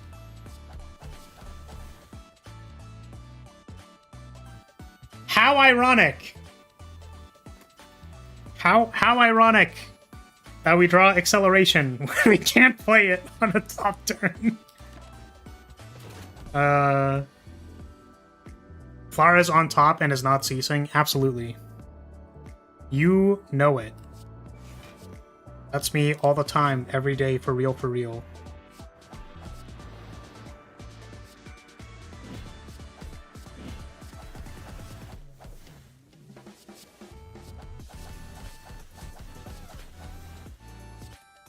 Just play everything. Just play everything. Play everything all the time. Just play everything all the time.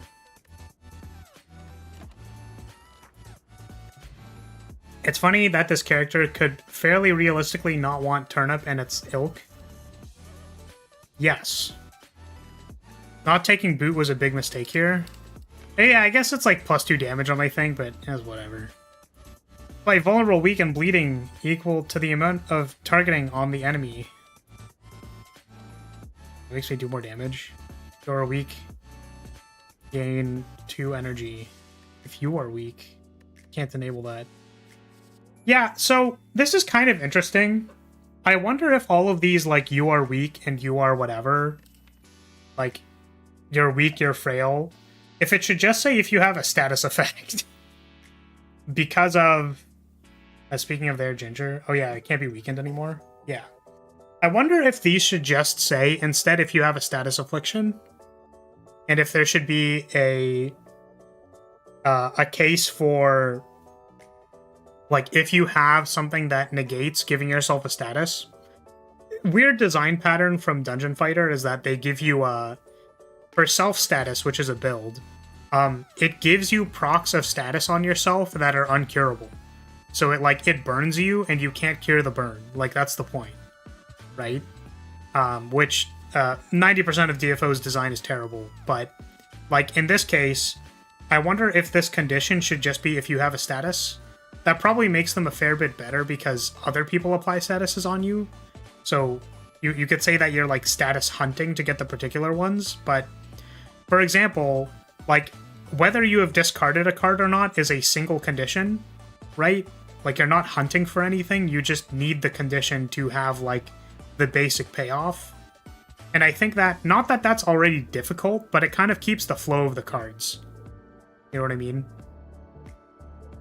It keeps the flow of the cards to just work instead of being like, oh, which one did I need?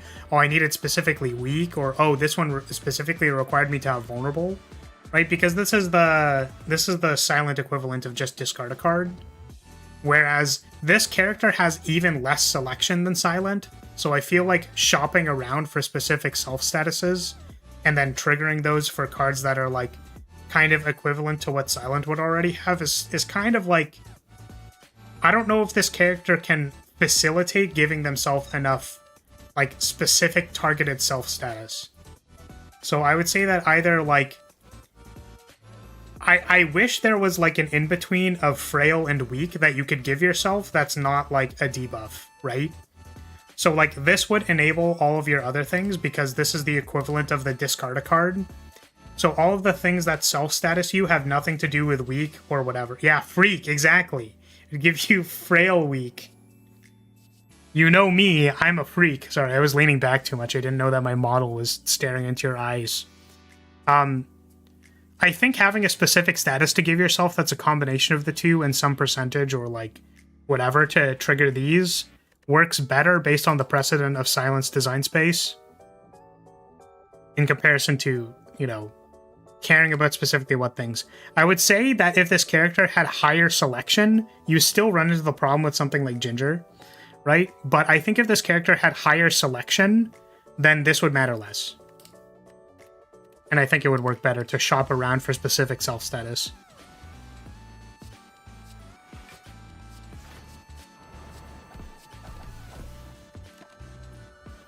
Those self-target statuses are still hella dangerous. Needs a big reward for that to not be a bad idea, and I don't think these cards are enough.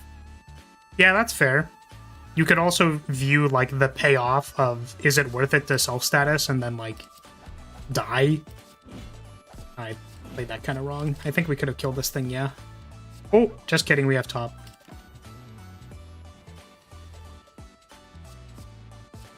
So yeah, I think giving yourself some status that's, like, lower downside than the other two, and then also doesn't need to, like, interact on the axis of them would probably improve this character.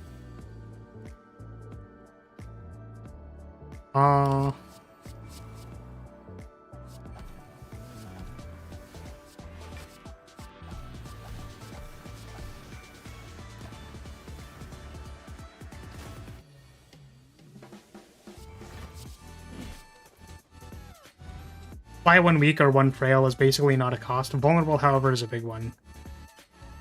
Yeah, weak and frail is not as much because, like, you can just simply, like, sequence things differently, but vulnerable for sure. You just, like, take more damage and then die.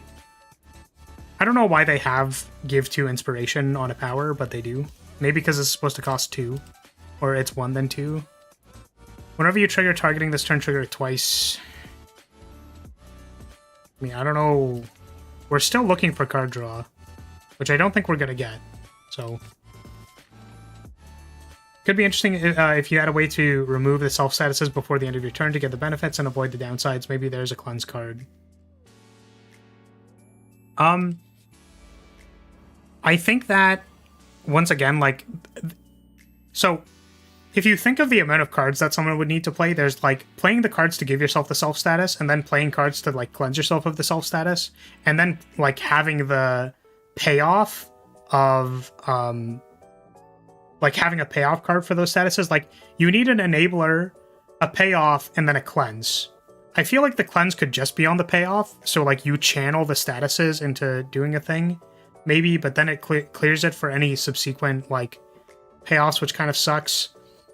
I think that that's too many cards. Once again, I feel like the big chokehold on this character is not having enough card draw, which just appears to be part of the design, which is totally fair. But it just, why do I have to hit the one of targeting every time? Every time! Deal X damage for each negative status and cleanse kind of card. I think they have do X for negative statuses on yourself. I think I remember seeing that. But I don't know how I feel. Yeah, so if it had a payoff and cleanse at the same time, that could work. I think they had the 4X do something. But, yeah, I think this character just doesn't draw enough cards to justify, like... I have top. I have top. I am on top.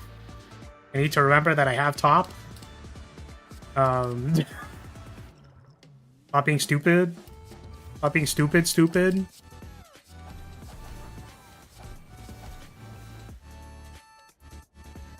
Can't kill anything.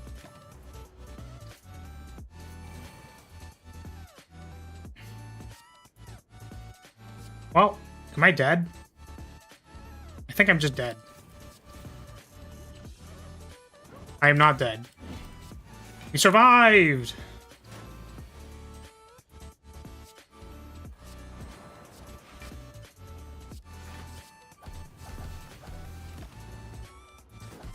Sometimes you top and sometimes you get top. God, I wish.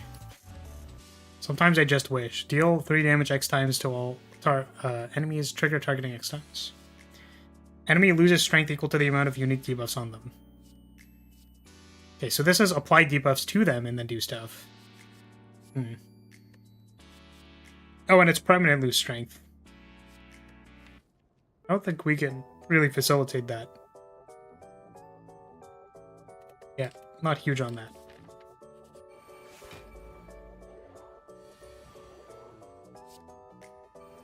Ooh. Oh, targeting got stuffed by artifact. What a shame.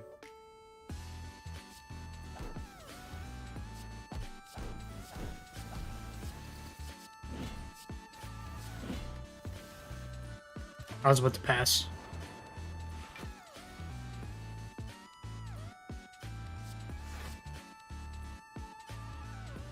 That was almost really bad and stupid. Still missed out on 2 block, but it could have been worse.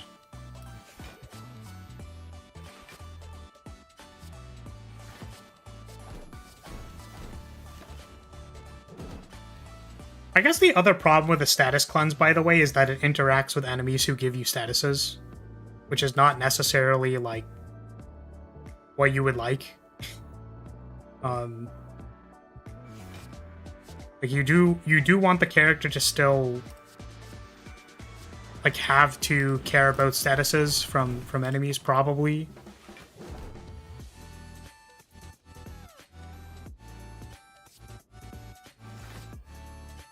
Now am I dead?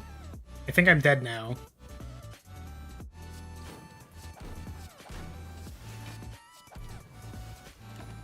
Alright, GG. Okay. Wow, just in time. I did not throw. We did end up dying simply because we didn't have block cards, but I think that was enough to comment on. That's kind of like Ironclad's Fire Breathing and Evolve.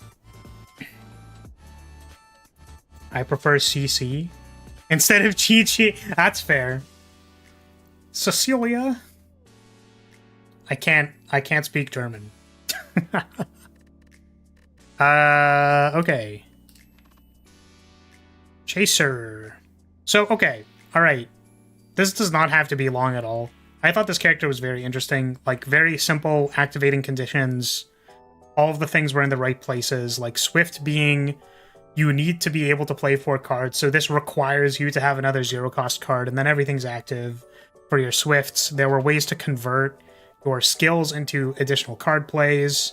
Anything that, like, made more tokens to give you more card plays, right?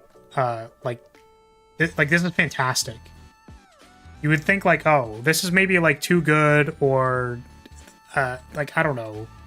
There has to be a comparison for this card. But literally, we're gonna change your skills into attack plays. Like, that's, of course, an amazing thing that this character would want. It's great for scaling into Swift and stuff. I like the 0-cost energy and redraw rare. Reminds me of myself. 0-cost energy gain and redraw rare. Was it? We got it. Also, God, stop having an ox!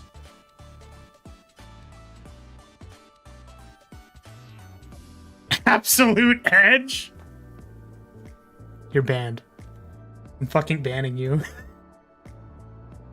You can't just say these things. That's stupid. This joke is stupid. Stop making stupid jokes.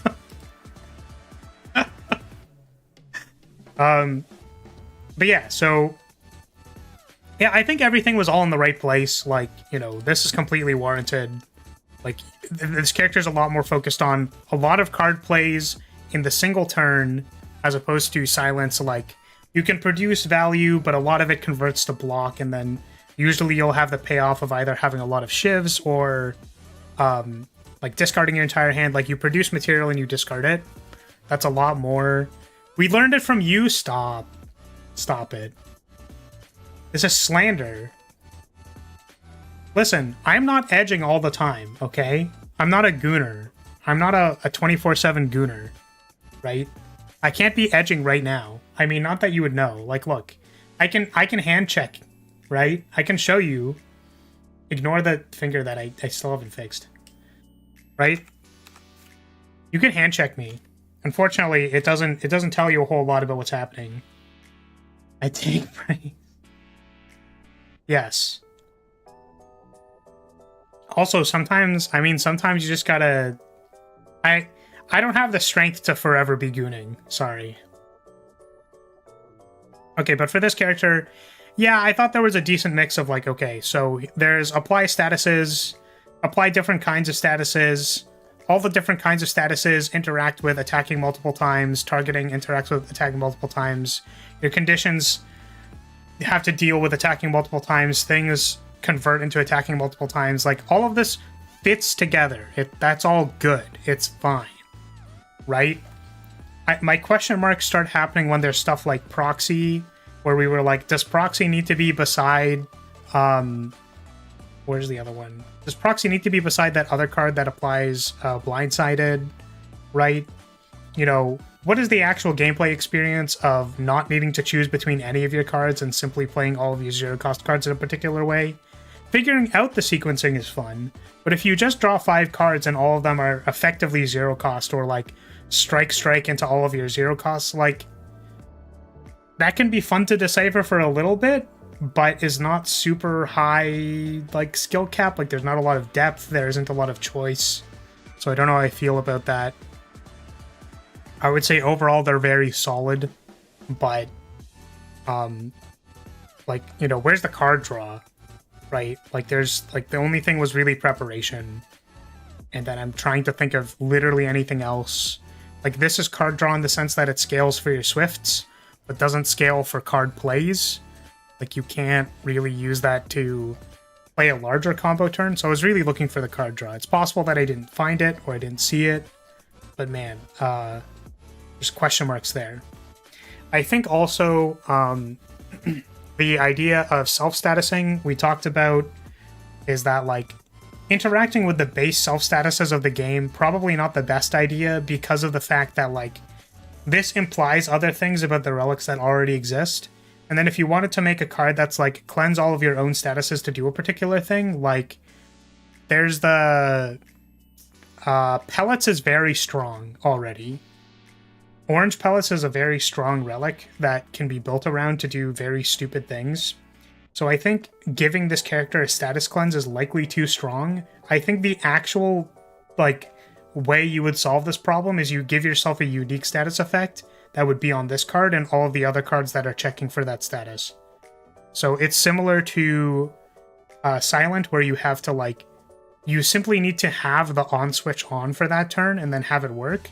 You could even have it be like longitudinally, you say that this effect stacks into multiple turns, so you give yourself multiple instances of the status. You can check for how many times you've applied the status.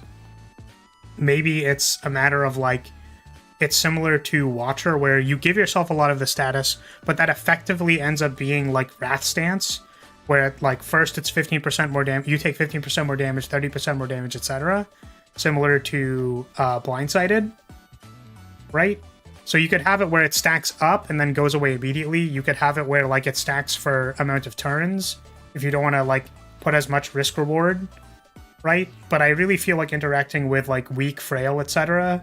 Was not like, could be more successful if you just like made a unique status effect for yourself.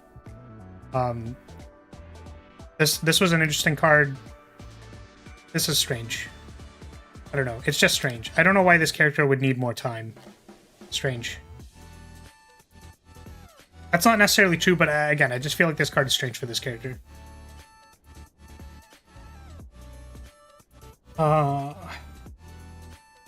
Is there a lot of depth to any of the vanilla characters? I think most of the game comes down to deck building rather than combat plays. It coming from enemies is probably intentional, like to like a counter to specific enemies. It coming from enemies is probably intentional, like a counter to specific enemies. Like you're saying that like enemies that apply weak are like require. Third message refers to the self statuses. Yeah. Well, you were suggesting that this card like counters something that gives you weak. I don't know if there's any connection between a combat that gives you weak and then Illusory Strike being a very specific counter to that combat. No. That seems very strange. Also, do the base characters have a lot of complexity? Like Fire Breathing is an easy win against slimes or sentries. Yeah, I don't think this is on the same axis as Fire Breathing versus slimes or sentries. Like that's like not even close. That's my opinion. Do the base deck characters have complexity? Yes, I think so. I think that, well, complexity in the sense that, so my main point was the opportunity cost of playing zero cost cards, right?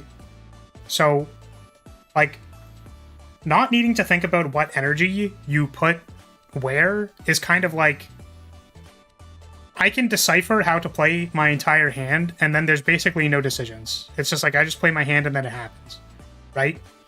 If I am playing Silent, and then I have the choice of, where's the card? Of backflipping at the start, or playing 30 damage, that is contingent on whether or not I can deal 30 damage. So I have to think first about whether or not I can produce 30 damage with 3 energy before I choose to play backflip. If all of my cards cost 0 or my entire hand is playable at the very beginning, I don't have to think about whether or not like I should backflip versus whether I should do 30 damage. Similarly, I could opt to not backflip because I know that there's powers in my deck.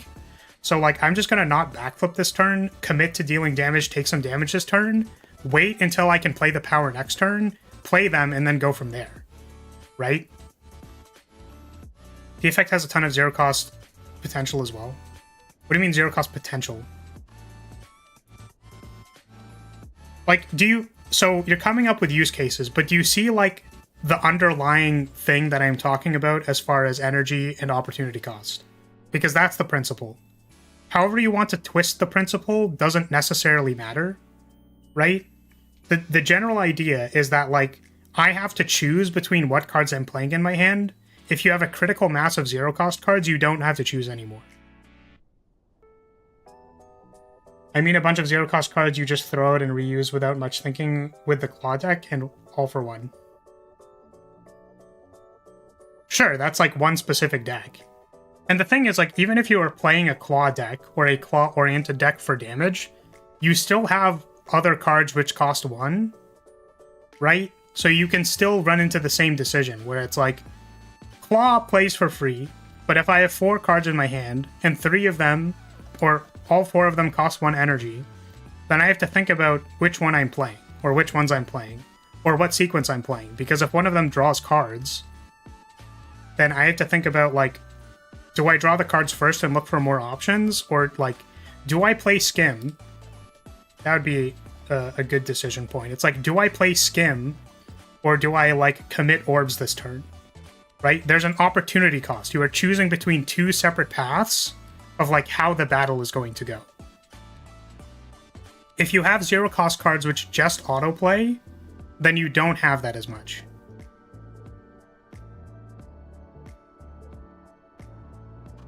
So you can have cards which cost 0, or, like, don't, like, more or less autoplay, right? But most of the time, the interesting decisions will come from, like, the interesting decisions during combat will come from thinking about that opportunity cost.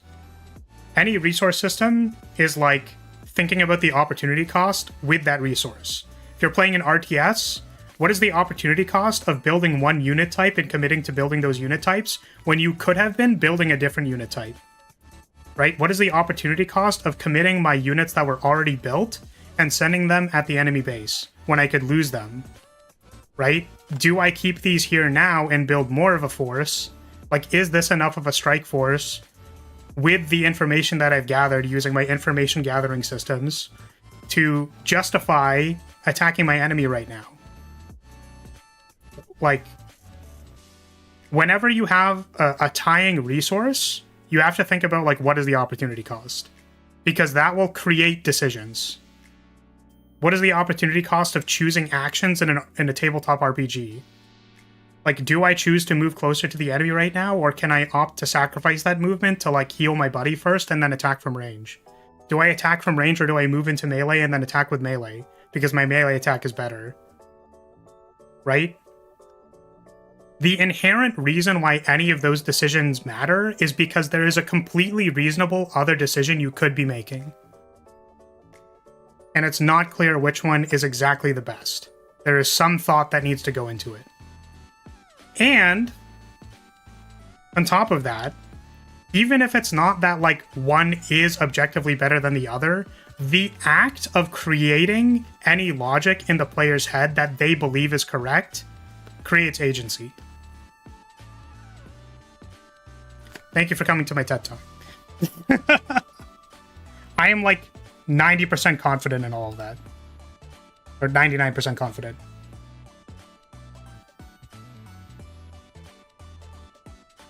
You usually just play every card in your hand here, right? Yes. So I think the Chaser could definitely run into problems where you run into just play everything, right? The opportunity cost comes from, if you have multiple Swift cards, which Swift card am I going to choose to play, right? The problem being that most of the Swift cards are the same. So that's not really a problem. And then the other thing is, like, deciphering the hand and the sequencing which you want to play, which is a fun mini game to interact with. Which is why I think, like, it's not all bad. I think that this is fine, right? But I do feel like it will lead to, like, less decision making. Like, on the, like, turn by turn, I think there's going to be a lot of less, like, important decision making, and you'll kind of just end up dying. Yeah. Okay, so that's it for today. I don't know how many more Design the Spires I'm ever going to do in the future. Who knows? As I said, I initially wanted to do this because I felt like I had expertise that I could share. But I feel like I've said a lot of what I need to share. We've talked about opportunity costs like 3 times. Oop. So, I don't know. I don't know where it's going to go. Maybe I will do more. Maybe it'll be a once a month or like irregularly or whenever a good mod comes out or something. I don't know. Who knows? But I definitely felt compelled to do at least one. Farewell Design the Spire then. Yeah. I at least felt compelled to do one like pretty good one. Right? And I'm pretty confident about the things that I said for this one. But I don't know moving forward where it's going to go. So, what I'm going to say is if you're still here, thank you so much for watching. Thank you for being here. I appreciate your support as always. There will probably be more Design the Spire. But I just can't guarantee how frequently it will be. And I definitely wanted to stop forcing it to be once a week. We analyzed the design of Fire Emblem units next stream. Can't wait. Oh, God. Well, you see, this one has big anime titties. And I think that this fits the design of the Weeb game because Weebs like big anime titties. Bam! Design analysis done. Let's go! Yes. Thank you so much, everybody. Thank you for being here. And I will see you all later. Sorry, one second. Unseizing top was good condition for just play my hand and whatever happens, happens. Yes, I agree. But yes, see y'all later. Bye-bye. Bye, everybody. Bye.